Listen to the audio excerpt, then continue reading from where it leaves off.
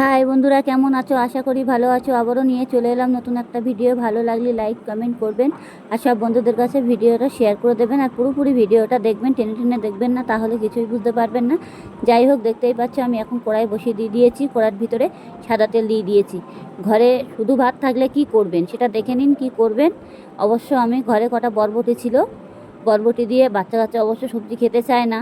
সবজি দেখলে ওদের শরীর খারাপ লাগে, অনেক কিছু বাহানা ধরে, এ খাবো না ও খাবো না, নানান রকম শুরু করে দেয়। যাই হোক, তেলের মধ্যে আমি একটু কালো জিরে ফোড়ন দিয়ে দিয়েছি।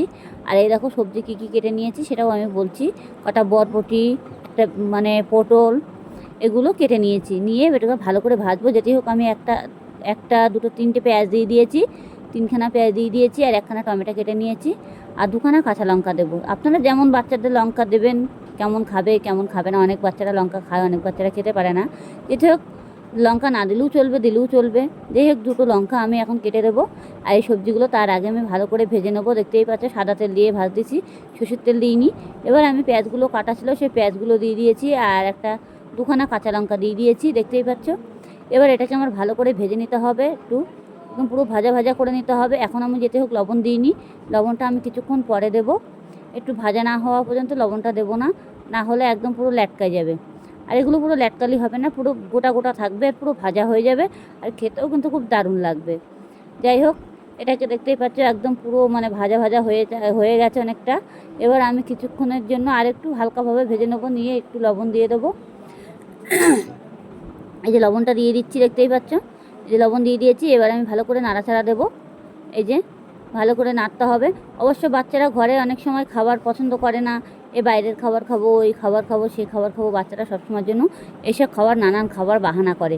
ঘরে বসে এই রেসিপি একবার করলে পরে বাচ্চারা এমনি বাইরের খাবার খাবে না, ঘরের খাবার খেতে খুবই পছন্দ করবে। যাই হোক, সবজি তো এমনিই বাচ্চারা খেতে চায়ই না কোনোভাবেই। কোনো বাচ্চারা সবজি দেখলে মনে হয় কি ওদের কি শরীর খারাপ হয়। অবশ্য সবজির দিকে যাবে না, খাবে না, এ খাবো না ও খাবো না।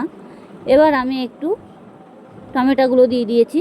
এই যে টমেটোগুলো ডুমো ডুমো করে কেটে নিতে হবে, আর টমেটোগুলো ভাঙবে না, টমেটোগুলো গোটা থাকবে। অবশ্য টমেটোগুলো পুরো ভাজা হয়ে যাবে, কোনো সবজি ভাঙলে হবে না, এমনভাবে ভাজতে হবে, সবজিগুলো গোটা গোটা থাকবে। এবার আমি হলুদ আর একটু হালকা জিরের গুঁড়ো দিয়ে দেবো এর ভিতরে, দিয়ে ভালো করে ভেজে নেব। হালকা জিরের গুঁড়ো দিয়ে ভালো করে এটাকে ভেজে নিতে হবে সুন্দরভাবে। এই যে আমি একটু হলুদ গুঁড়ো দিয়ে দিয়েছি। এবার আমি একটু দেবো জিরের গুঁড়োটা নিয়ে আমি এবার দিয়ে দেবো, দিয়ে এটাকে ভালো করে নাড়াচাড়া দিতে হবে। যাই হোক, জিরের গুঁড়োটা এখনও দিইনি, জিরের গুঁড়োটা দিয়ে নেই। এবার জিরের গুঁড়ো দিয়ে দিয়েছি। এই যে অল্প করে হালকা পরিমাণে দিতে হবে। যদি ঘরে কোনো ভাজা মশলা থাকে সেটাও দিতে পারো, আরও বেশি টেস্টি হবে খেতে, খুবই ভালো লাগবে। যেতেই হোক, আমার ঘরে এখনও ভেজে রাখিনি মশলা ছিল, কিন্তু শেষ হয়ে গেছে। এবার এটাকে ভালো করে ভেজে নিতে হবে, একদম পুরো লাল লাল করে ভেজে নিতে হবে। দেখতেই পাচ্ছ কালারটা কত সুন্দর চলে এসেছে একদম। আর এর ভিতরে ভাতগুলো দেবো, ভাতগুলো ঠান্ডা হতে হবে, গরম ভাত দেওয়া যাবে না। গরম ভাত দিলে কড়াইতে পুরো লেগে যাবে, আর তখন ভাতগুলো ঘ্যাট হয়ে যাবে। কোনোভাবে গরম ভাত দেওয়া যাবে না।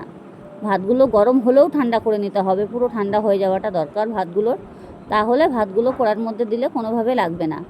এবার দেখো কত সুন্দর আমার ভাজাটা হয়ে গেছে।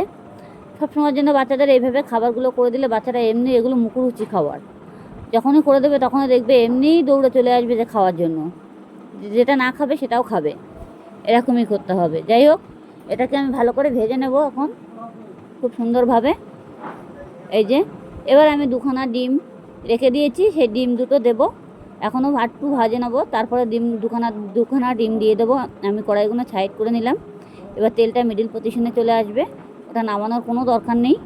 এবার দেখো, এবার আমি ডিমটা ভেঙে দিচ্ছি, এই খুন্তি দিয়ে ডিমটা আমি ভেঙে দিচ্ছি। অবশ্য দেখতে হবে ডিমের খোলাটা যাতে না পড়ে যায় এর ভিতরে, তাহলে বাচ্চারা খেতে গেলে দাঁতে মুখে পড়বে, পেটে গেলে শরীর খারাপ করবে। এই যে চাইলে আপনারা বাটিতেও ভেঙে নিতে পারো, কোনো অসুবিধা নেই।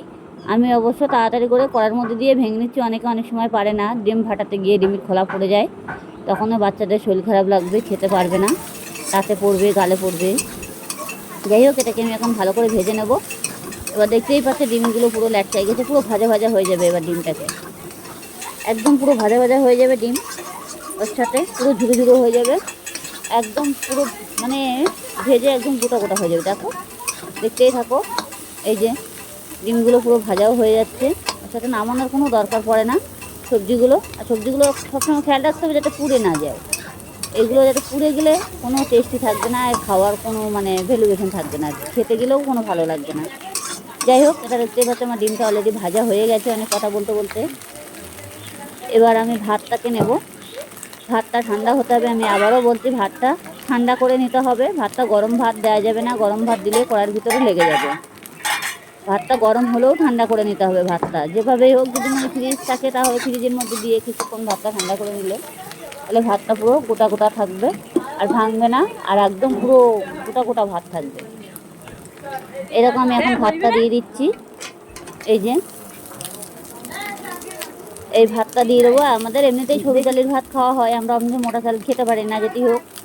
আর এই ভাত এমনি এইভাবে ভাতের মধ্যে দিয়ে সবজিগুলো ঘুরলে পরে পুরো একদম বিরিয়ানির মতন হয়ে যাবে। এটা বলে ডিম বিরিয়ানি। অবশ্যই ডিম বিরিয়ানি করে খেতে খুবই টেস্টি লাগে। ঘরের থেকে বাইরের খাবারের থেকে ঘরের খাবার বেশি পুষ্টি, কিন্তু বাইরের খাবার 2-3 দিন ধরে ধরে রেখে রেখে খায়, সেইগুলো অনেক সময় বাচ্চারা বেশি পছন্দ করে। বাইরে বেরোলে এটা খাবো ওটা খাবো সেটা খাবো নানান বাহানা করে। তার জন্য ঘরে সবসময় খাবার বানানোটা সেটাই বেটার। আর ঘরেতে খাবার খেলে পরে কোনো শরীর খারাপ থাকবে না, কিছু থাকবে না। বাইরের খাবার খেলে পরে অনেক সময় দেখা যায় বাইরে থেকে খাবার খেলে বাড়ি এসে অনেক সময় পেটটার মধ্যে ঘুরু ঘুরু করে, পায়খানা হয়। অনেক সময় অনেক মানে সবজি দেয়, সবজি বলে কিছুই না, অনেক সময় ওরা 2-3 দিনের তেল থাকে, তারপরে 2-3 দিনের খাবারটা ওটা আবার জাল দিয়ে ভাতের মধ্যে ভাত দিয়ে ওটাকে খাবারটা তৈরি করে, সেজন্য এরকমই হয়। যাই হোক, এটাকে আমি ভালো করে এটা ভেজে নিতে হবে ভাতটা। যদি মনে করবে যে গ্যাসটা লেগে মানে ভাতটা লেগে যাচ্ছে, তাহলে গ্যাসটাকে ছোটো করে দেবে। যদি মনে করবে লাগছে না, তাহলে গ্যাসটাকে বাড়িয়ে দেবে, অসুবিধা হবে না। আর অবশ্যই গ্যাসটা বাড়ানোটা খুবই দরকার। গ্যাসটা না বাড়ালে পরে তখন কী হবে, ভাতটা তখন ঝাড়া ঝাড়া হবে না। এটাকে অতিরিক্ত নাড়তে হবে, এই যা যোগেশের নাড়তে থাকতে হবে যাতে ভাতগুলো দলা না পেকে যায়। আর দলা পাকবেও না অবশ্য, একদম পুরো ঝোড়া ঝোড়া ভাত হয়ে যাবে। একবার রড দিয়ে আর বাচ্চারা এমনি এইসব খাবার দেখলে দৌড়ে চলে আসবে, না খেলেও খাবে। খাবে না এমন কোনো কথা না, খাবে। অবশ্যই সবজি দেখলে পরে ওদের শরীর খারাপ লাগে, বললাম যে সে কথা। সবজি দেখলে এত ওদের শরীর খারাপ লাগে, তখন ওদের মানে পাশে বসার মতো থাকে না, এই খাবো না নানান বাহানা করতে থাকে। কিন্তু এইভাবে করলে পরে ওরা খাবে, তারপর ওদের শরীরের পক্ষেও ভালো থাকবে।